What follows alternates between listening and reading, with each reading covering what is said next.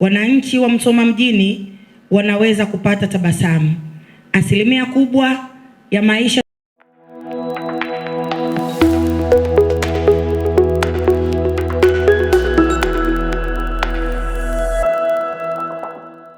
Vikundi vya vijana, wanawake na watu wenye ulemavu katika manispaa ya Musoma vimekopeshwa jumla ya shilingi milioni 88.5 kupitia mpango wa mikopo ya 10% unaotolewa na halmashauri kwa lengo la kukuza uchumi wa vikundi hivyo na kuwawezesha wananchi kujikwamua kiuchumi.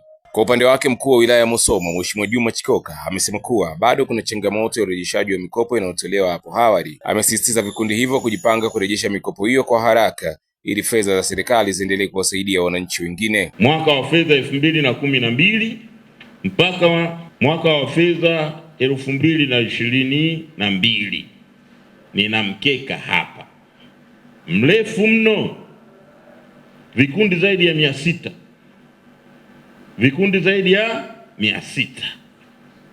Niwaambieni kupitia kikao hiki vikundi 408, niwaambie kesi zilizokuwepo mahakamani ni 175. Sasa niseme hapa, hivi vikundi tangu mwaka 2012 kila mmoja aliyekopa na yumo kwenye huu mkeka ajipange, aanze kurudisha kwa haraka. Kuanzia 2012 mkeka huu ninao, na kwenda nao kwenye kamati ya usalama. Tunaenda kuweka si tu mikakati, tunaenda kuweka nyakua, tunaenda kuweka heshima ya mikopo hii ya 10% kuanzia mwaka huu 2012. Niwahakikishieni yoyote yule aliyechukua fedha za mkopo wa 10% kwenye manispaa hii arudishe kwa haraka, kwa sababu hatutomwonea haya yoyote. Tutakwenda kuchukua hatua kali za kisheria na hatua kali ambazo mimi na kamati ya usalama tutakapojiridhisha na miongozo itakapotuongoza, ndio tutaenda kwenye utaratibu huo. Lakini lazima fedha za manispaa zilizokopwa kuanzia 2012 lazima zirudi. Naye mbunge wa jimbo la Musoma mjini Mheshimiwa Mgore Miraji Kigera amesema mpango huo wa mikopo ya 10% ambao hautaki dhamana wala riba unapaswa kuwa chachu kwa wajasiriamali wadogo kuimarisha shughuli zao za kiuchumi. Pia amesisitiza umuhimu wa nidhamu ya kurejesha mikopo hiyo ili kutoa nafasi kwa vikundi vingine kunufaika na mpango huo. Wananchi wa Musoma mjini wanaweza kupata tabasamu. Asilimia kubwa ya maisha tulionayo hapa ni ya ujasiriamali, na ili uwe mjasiriamali ni lazima uwe na mtaji. Upatikanaji wa mitaji umekuwa ni mgumu sana, kwani ukienda kwenye mabenki, taasisi za kifedha, unatakiwa uwe na collateral. Unakuta mtu mwingine hana. Kwa hiyo kwa kupitia hii mikopo ya 10%, kwanza haina dhamana, na pili haina riba. Watu wanateseka sana huko na Oya, kausha damu. Sasa hivi kuna na Hope imeingia, inaleta changamoto kubwa sana kwenye familia zetu. Mimi niendelee kuwaomba wale wanufaika wa hii mikopo, msimamizi wa mikopo hii ambaye ni afisa maendeleo ya jamii pamoja na mkurugenzi, tuendelee kutoa elimu kwa watu tunaowakopesha. Na nyie mnaokopa, mkope, mjue hii fedha ni ya mkopo, inatakiwa kurejeshwa, sio msaada. Changamoto tunaoipata, ameongea hapa mkuu wetu wa wilaya, kuna takriban watu 600 wamekopa na hawajaleta marejesho. Sasa wewe leo ukikopa alafu usirejeshe, mwenzako atanufaika vipi? Ina maana na nyinyi wengine wasingekuwa narejesha, msingeweza kunufaika na hii mikopo. Niendelee kumuomba mkuu wetu wa wilaya, kwa sababu yeye ni mtu ambaye ana misimamo na anafata haki. Hii nyakua ya watu 600 ianze immediately, kwa sababu watu wengi sana wameshindwa kunufaika na mikopo hii kwa sababu fedha nyingi ziko nje. Nilitarajia kama tungekuwa watu wote wamerejesha, hii undi yetu hapa tunatakiwa kukabidhiwa leo ingekuwa ni mara 10 yake, kwa sababu uwezo huo upo. Kwa niendelee kuwaomba, pateni mikopo hii, mwende mkaifanyie kazi. Hii mikopo sio ya kwenda kujenga nyumba kwenda kununua TV, kwenda kununua sofa set, kwenda kununua abaya ya Idi. Hii mikopo ni ya kwenda kuzalisha.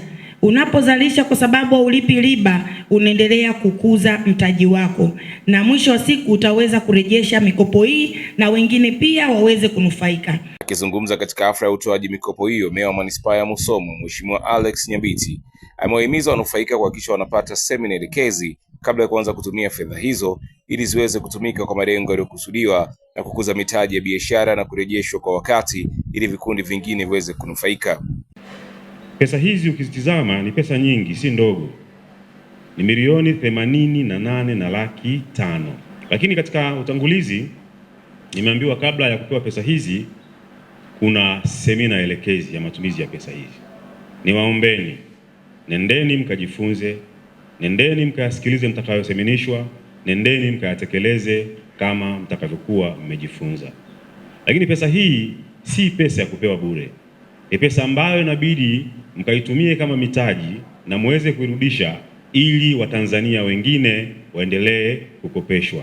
Jamhuri ya Muungano wa Tanzania.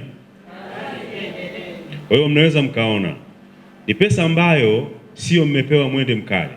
Ni pesa ambayo mmepewa mwende mkaongezee kwenye biashara mnazozifanya na muweze kuirudisha kwa wakati unaotakiwa ili tuweze kukopesha kwa Watanzania wengine. Katika hatua nyingine, Yegowasu TV imezungumza na baadhi ya wanufaika wa mikopo hiyo ambao wameeleza kuwa fedha hizo zitawasaidia kupanua biashara zao na kuongeza kipato chao pamoja na kuchangia maendeleo ya familia na jamii kwa ujumla. Mimi ninachakata ubuyu. Ubuyu ambao kwa mji wetu wa Manispaa ya Musoma ni zao adimu kwa sababu linapatikana sana Dodoma. Kwa hiyo mimi niliona kama ni fursa kwamba hiki kitu huku kwetu hakuna. Kwa hiyo nikianza kuzalisha na kuchakata itanipa kipato na kunipa soko pana. Serikali sana kwa sababu imenisaidia, kwa sababu sisi wenye changamoto ya ulemavu kuaminika, yani mtu akuamini akupe mtaji inakuwa ni changamoto sana. Anakuwa anasema yule hawezi.